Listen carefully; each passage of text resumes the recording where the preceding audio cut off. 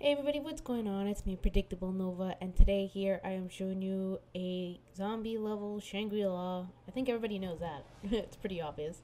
But anyways, here I am on round 32, that just went on 33, and it was a really fun game.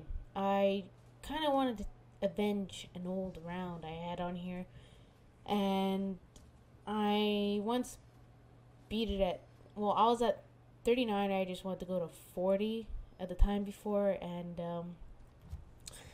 what happened was when I went to 39, and this was just when Shangri-La came out.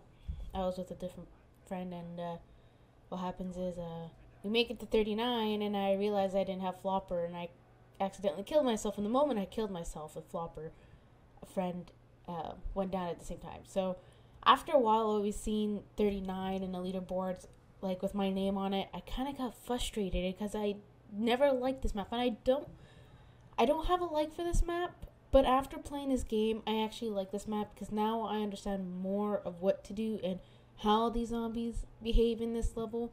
I mean, these zombies are pretty quick in this level.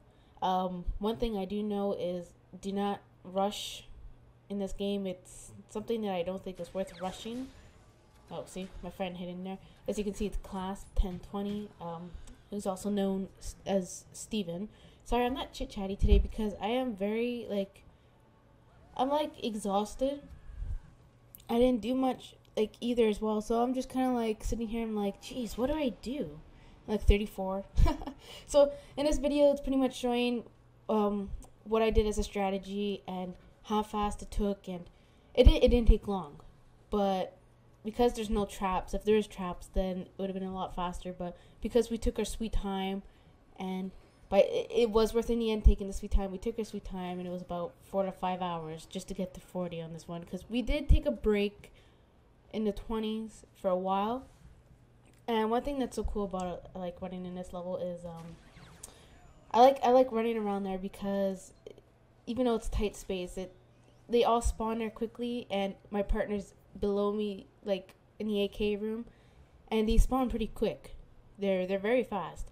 And I used to run with my when I first played this game, I played with 2 other people, and we made it to 35 on our first try. And pretty much we never knew that we could basically stay in a room or anything. We never thought of what strategy to use. And when we were first starting to play this game, we would run around the whole map. We will start from the cart, wait for them to spawn, then go in the cart, and have them all spawn behind us and shoot them at the bridge. I had the baby maker gun. I can't even pronounce the name of this gun. Someone please. It's one of the most annoying things ever. But and then there's round 36. Wait, did I just skip around? I think I have, but nonetheless, it doesn't matter. Basically, what I'm showing in this video is how I did the strategy of this game, and how fun it was, how well, and my perspective view of this level to you guys. So this is why I'm commentating over it. And I figured that there's not many people who uploaded Shangri-La videos of doing commentaries for it and stuff. I don't see anybody doing any of this. I thought that I would do this. So it's level 40. I find when you make it to around 40, it's considered around it. If you reach to 40, then you can reach to 50, you can reach to 60, you can reach to 70, you can reach to 80, 90, and 100. Though the problem is it's time consuming. It takes forever. Just getting to 40 took us a while. Normally it doesn't take long for me to get to 40 or 50 or any of those levels because I'd go straight through it. But because because there's no traps in here and we took a break, we kind of took our sweet time. So that took us a while. But other than that, I was saying something about, oh yeah. So oh gosh, I can't even remember anymore. Oh my gosh. Alright, so here I am, I'm running around, and there's a part where, god damn it, I can't remember. Alright, I'm thinking too much. But here's 36 going to 37. But yeah, no, this level was, before I hated it, now I like it. Like I said, I wanted to avenge my record, which was 39, And after looking at 39 on the leaderboards for so long, I just went to class and I'm like, listen, we're doing Shangri-La. He's like, Shangri-La? I'm like, yeah. But, one thing, Steven, who's class, never really played this map, never did a strategy like anything other like this. Oh, and it comes back to the strategy part. I'll explain after. But he never really attempted a high round on this because, face it, a lot of people was very disappointed in Shangri-La. Where people really thought Shangri-La was going to look good because of the trailer of it. When Call of Duty was showing their trailer for it and stuff, like, it did look good. And then when we tried it, it was just like, what the heck is this, you know? Very tight spots, impossible to run around. But that's the thing. That's the thing that I like about this map is because it's a challenge. It's not easy where you can find a spot, run around, and do it forever and get bored of. This is where you have to constantly run, constantly think, like, okay, my partner, let's say, he's trapped somewhere. What do I do? Like, I can't just run through because I'm going to get stuck. Well, one thing I can really help out here is whenever my partner would be down, I would actually wait for a while. Like, it takes about a minute or 30 seconds before the partner's out of the game when you're down. Like, you can't revive them anymore. And one thing for sure is see, here's a good thing. Thank God I had stamina up right there, because if I didn't have stamina up there, I would have been down. That's one thing I love about in this level, that I find you really need a stamina up, because stamina up, there's so many tight corners in this level that it's just insane. See, like, look, I could have been dead there. Thank God I had that gun. But one thing is for sure, though, when your partner's down and your partner's, let's say, in the 8K or somewhere else, don't rush up to get them. I think a lot of people know this, but take your time. You will eventually get to the person, and, like, don't spam your monkey bombs everywhere and stuff, because it's not going to work, because it's messed up. It happened before, and after that, it was messed up. So, here we are, we're running around because our, like, group of zombies did not really go into a group. As you can see, they all split up because I came too fast, and his zombies were too behind. In this strategy, I find, whereas we gather our zombies and we kind of meet up in that spot, we kind of, like, have the zombies behind us close, but not too close, like where we run up ahead. Like, I have to run up ahead so that the zombies don't get confused with me, so that he can gather them all up into a group and I can just shoot him, and he just shoots with his pistols. I can shoot him with my pistols too, but the fact that we're kind of, like, saving ammo in a way, because monkeys won't come after our perks after a while. Like, once we hit in, like, 27 or so, the monkeys wouldn't pick up or dropping, like, perks or anything. The only time it picked up was instant kill, and I believe, like, me in class believes it's because instant kill was it, well, not perks, a drop item. Sorry, my bad. My apologies. I didn't mean perks. If I said it, that's not what I meant to say. I meant to say drop items, but they wouldn't come for any drop items. Even max ammo, they would not come for it. But whenever an instant kill came, it was the time when they would actually come for it, and we assumed the reason why I didn't come for it. And I may be a stupid idiot for, like, thinking this late or not. I don't know. I don't play Shangri-La often. I wanted to just avenge that 39. And when we realized they only came for an instant kill, we kind of realized the fact that because we didn't have much drop items of instant kill, it kind of drawed more attention to the monkeys, and we assumed that's what it was. And the other thing I like about this is my partner that's in the AK room does not get the flame dude. I call him people say nuke guy. I call him Infernal. I call him an Infernal dude because flames, you know, everything. I don't know. I just call him that, flame dude. And I get the Screecher guy too. But I love getting those guys. I just love it because, you know what? I don't have to waste ammo. It's so easy to get it because when I'm running up here right now, the flame dude always spawns around there, and including the Screamo dude. And instead of trying to kill him and stuff, like, instead of killing the flame dude, I actually just run by him. I don't deal with him or anything. I just run by. I don't walk beside him. I just run and have him kill my spawn of zombies, and then I don't have to deal with him. I don't have to shoot him with anything unless he's in front of my face and I did not expect him. That's one thing for sure. Another thing for the Screamo dude is that he will catch up to you when you have a group of zombies, but don't panic or anything. Just try to keep him in the group of zombies because he'll eventually start falling behind because the group of zombies will butt into him, and the ones that spawn in front of him, which is perfectly fine. So he'll be behind, and then the moment I kind of go to my partner, gather all the zombies up and everything, then he's killed with all of them, because I'm not going to waste a shot on him unless it's really important. Like, I don't care if he blinds me, I can still see. By the time he blinds me, I already have all my zombies spawned, and we're ready to go kill them. So there's nothing. And for going back to the part with the 3 players in the first attempt to make it to 35, it's a good strategy. It's okay, but we would either start at the cart or the waterfall, and sometimes we would start at the waterfall, depending where it ends. So we sometimes end at the waterfall place where the water slide. I'm pretty sure you guys get that spot, and we would either end up there or where the cart is.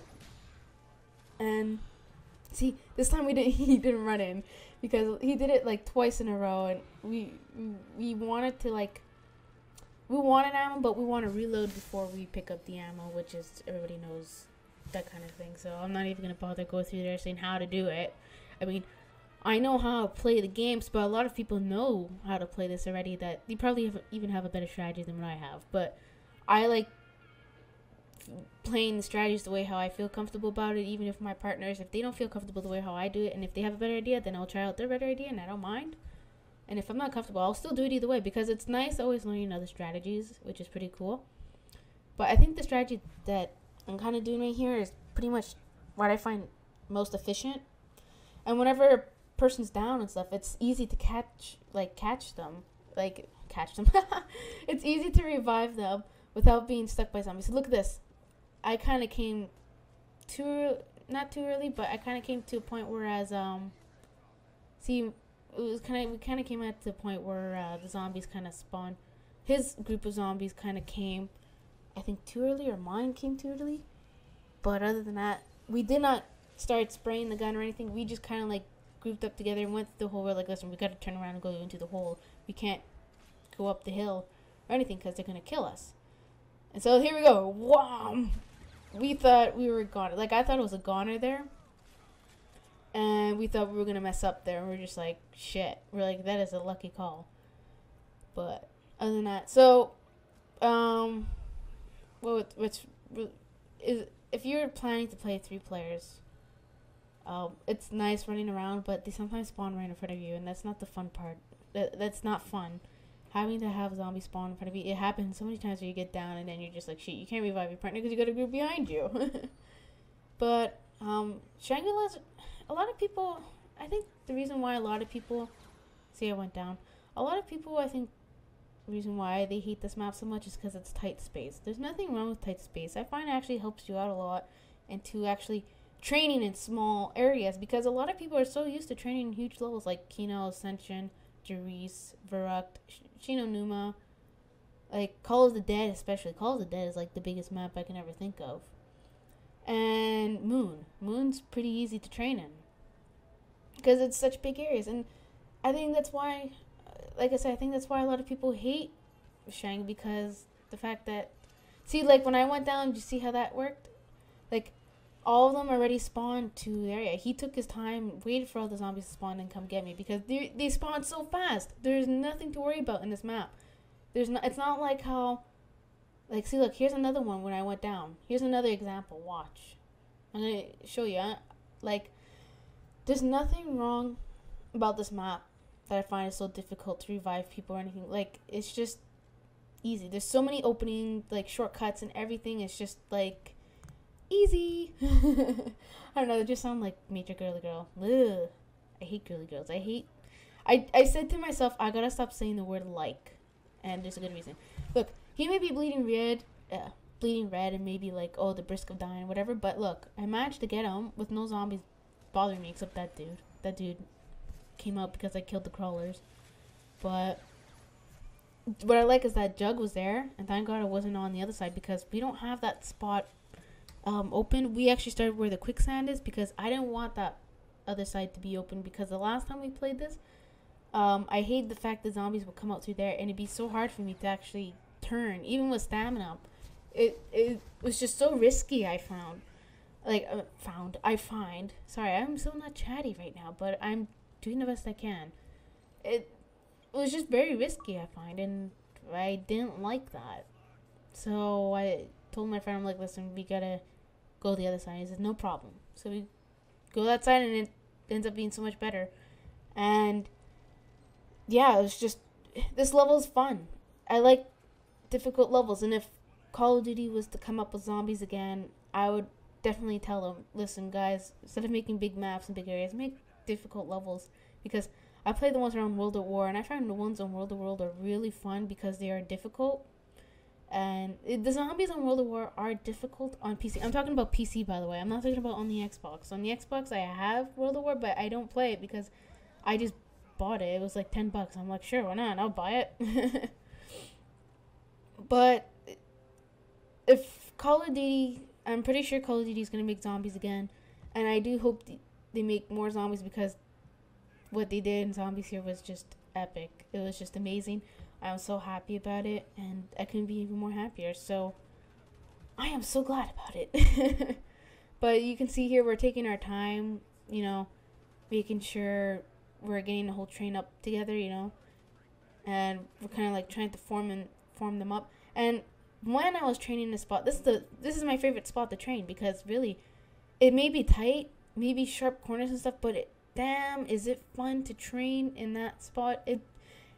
It's not like you're getting bored like how Ascension is, where the grenades and flopper and you're just like running in circles upon circles. I find that getting better, like what got me so much better at this game, was putting myself in a hard situation, like in a hard spot that's almost impossible to train, and actually learn how to get in tight corners, how to escape from it, and all that kind of stuff, because in the end it's really worth it when you're stuck in a situation.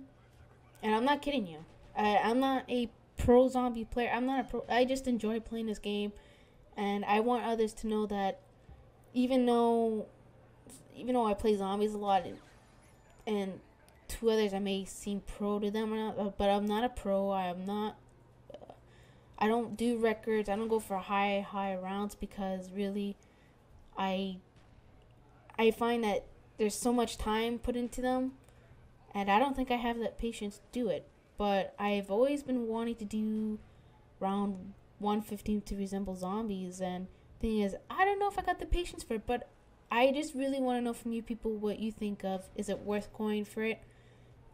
Is it worth to really go for those high rounds? What do you guys think? Do you guys think it's really worth going to those high rounds? If you're the person who play high rounds, what's it worth going? Why is it worth going for high rounds? So, like, when I first played zombies and first seen people play for high rounds, I always thought, geez, I'm like, if I do what they do, then it'd be awesome, like, to have the patience to do that.